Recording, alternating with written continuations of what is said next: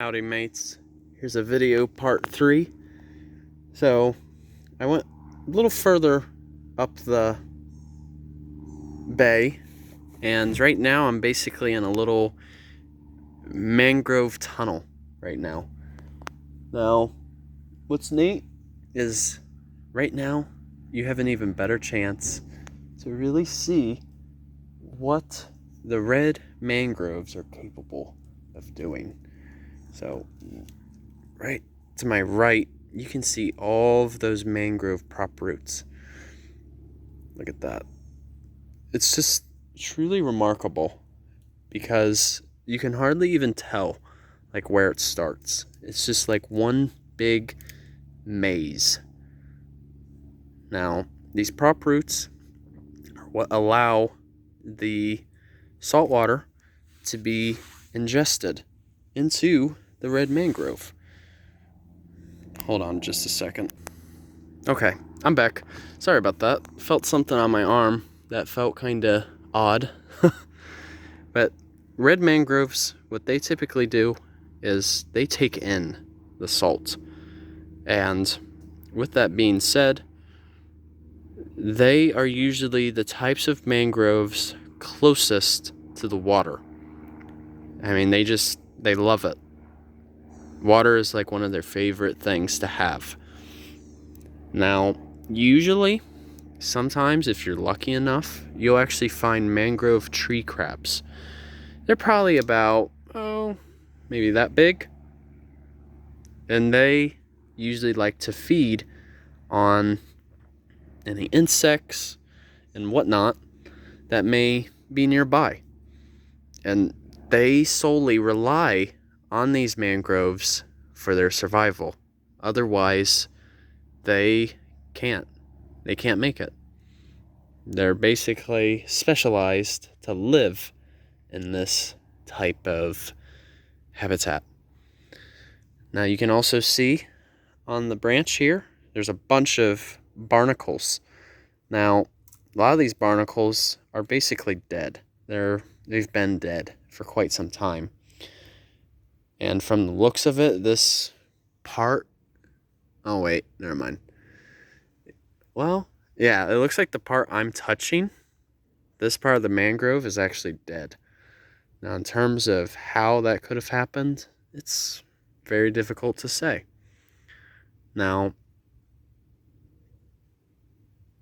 usually too, as I mentioned in my last video, these red mangroves, you'll see a bunch of oysters that are situated on the prop roots. So that's why mangroves, they are an excellent nursery, especially for our fishes and other aquatic creatures, and even our land creatures as well. You know, whether it be birds, reptiles, and even amphibians. So they are just one of the most valuable ecosystems in the world because they sequester up to, I believe, 4 times more than that of the Amazon rainforest. So what does that tell you? It basically falls right behind seagrass beds. And yet, both of those types of ecosystems are right next to each other, too. So you could say we're basically an ecological hotspot right now. You know, in terms of production. Wow.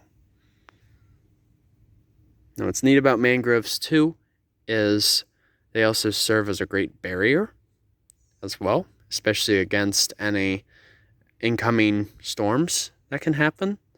They basically are like the security of our land. You know, think of them as security guards. They usually take the full brunt of force, especially when it comes to the waves.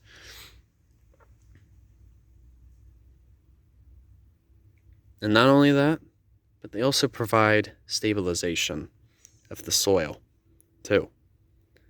So they are just, I feel oftentimes mangroves go highly overlooked most times. And that's why I wanted to make this video is, we shouldn't value it just because of its beauty, but because of the service that they provide. Because without mangroves, we would lose the amount of oxygen that's produced. It would be less. And we would also lose our biodiversity in the wild, too.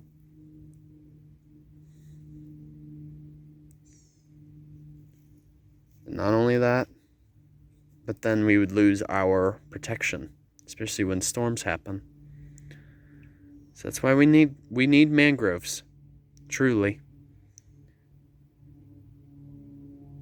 And they tend to actually grow a bit faster as well than like some of your typical trees. I mean, just look at that. It is truly remarkable.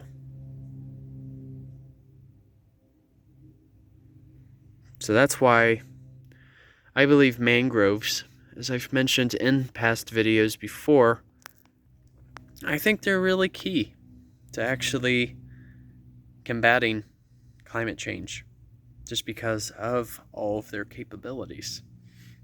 So I'll actually share an article with you guys that may delve a bit more into how mangroves can really help combat climate change that is currently happening as we speak. So, all right, you guys, thanks for watching. Hope you gained value and knowledge from this video. And once again, journey on a journey is outwards. Take care, folks. See ya.